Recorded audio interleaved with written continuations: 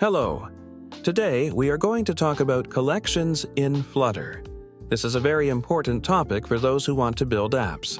Collections will help you work with data. They can be used for storing and processing information such as lists, sets, or key-value pairs. Let's go through this step by step. We have already covered lists in one of our previous lessons, and today we will review them again. Let's start with them. As we have discussed before, lists allow us to store data in a specific order. Note that list itself is a class with a generic. This means we can create lists for various data types.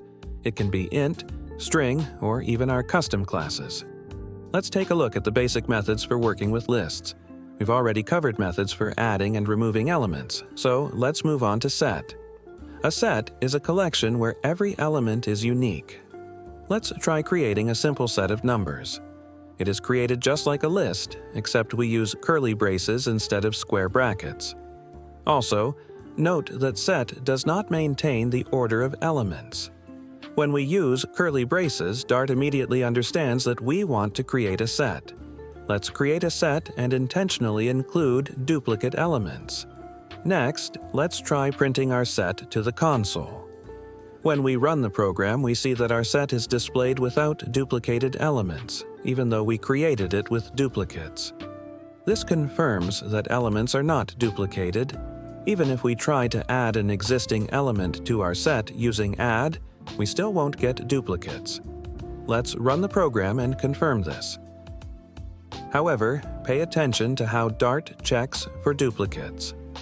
First, the element we want to add is checked via its hash code. Dart compares the hash code of the element with the hash codes of the other elements.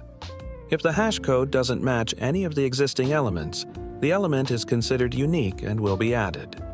The idea is that if two objects have different hash codes, they are definitely different. If the hash code of the element we want to add matches the hash code of another element, Dart moves to the second stage of checking, which is using equal sign.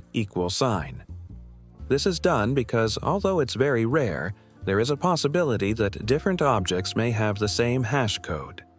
To prevent unpredictable behavior, Dart, in the case of matching hash codes, will compare the objects using equal sign, ensuring that the duplicate check is accurate. As a result, primitive types will always work correctly. But if we want to use our own classes as objects in a set, we need to correctly override hash code and equal sign. If we don't do this, as we remember from previous lessons, Dart will handle it based on the object's reference.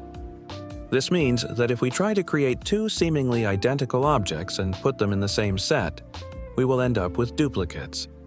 This happens because they have different references, and Dart considers them different objects.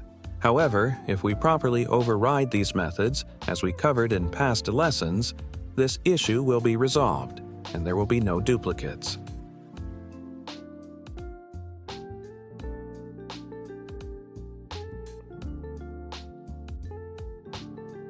Our set has many of the same methods as our list, such as add, remove, etc.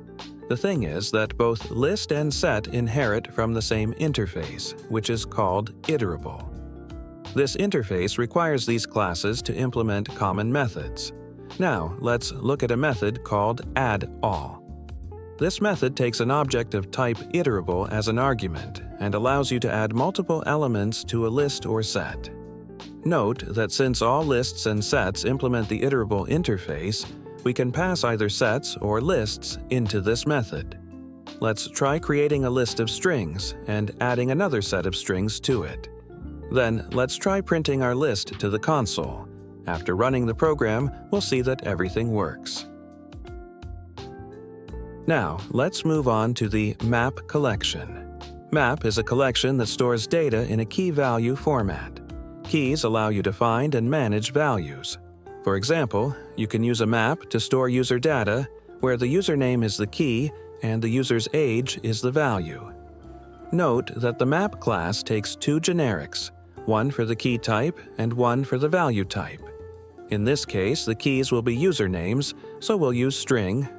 A map is initialized similarly to a set using curly braces. However, the values are specified in a particular way. The key and value are separated by a colon. Each such pair counts as one element. To initialize multiple elements, we separate them with commas. Note that we can easily write them on new lines, just don't forget the commas. Now, to access a value, we must reference it using the key. This is done almost like in lists, but instead of an index, we use the key. Let's try printing a value from our map to the console.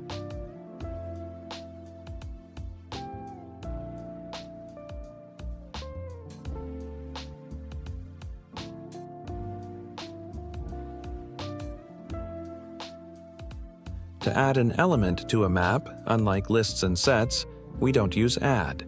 Instead, we reference the map by the key we want to add and assign a value to the new element.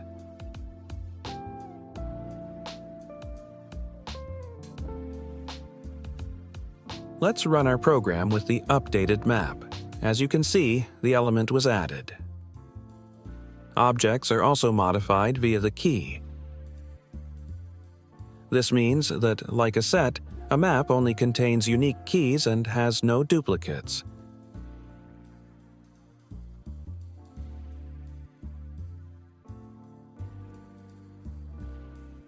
To remove an element from our map, we need to use the remove method and pass in the key of the element we want to delete. Let's check this by deleting one of our elements.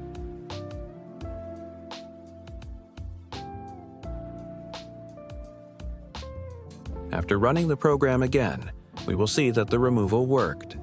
That's it.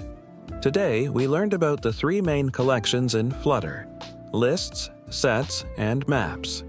Lists help store data in order, sets store unique data, and maps link data through keys. Now you know how to use collections in your Flutter projects. Try experimenting with them by creating your own lists, sets, and maps. In the next lesson, we'll look at methods for working with data structures.